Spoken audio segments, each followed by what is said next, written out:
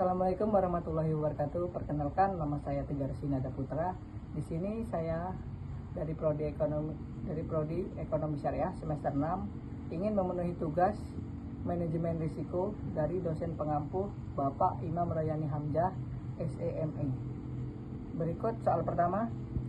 Menurut saudara, langkah-langkah apa yang harus dilakukan sebuah perusahaan jika sudah terkena risiko hukum? Menurut saya, yang pertama itu ada cari tahu masalahnya, kemudian kumpulkan bukti, terus yang ketiga ada hubungi pengacara atau pengacara yang legal, terus yang keempat selesaikan dengan damai atau melalui pengadilan. Kemudian yang terakhir ada perbaiki SOP biar tidak terulang kembali.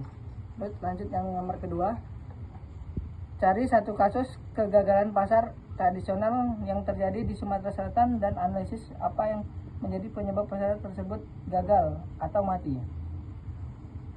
Menurut saya mengambil contoh dari pasar 16 Ilir Palembang, sempat sepi. Penyebabnya atau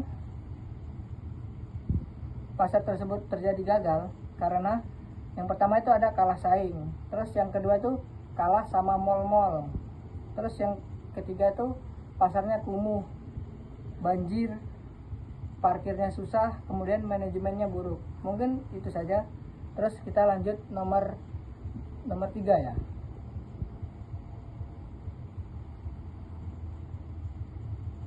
Nomor 3 itu ada selesaikan baca kumpulan studi kasus manajemen risiko di Indonesia yang sudah Bapak bagikan di grup MK Manajemen Risiko. Cari perusahaan yang mengalami kegagalan manajemen risiko investasi dan sebutkan kronologi terjadi karena risiko tersebut.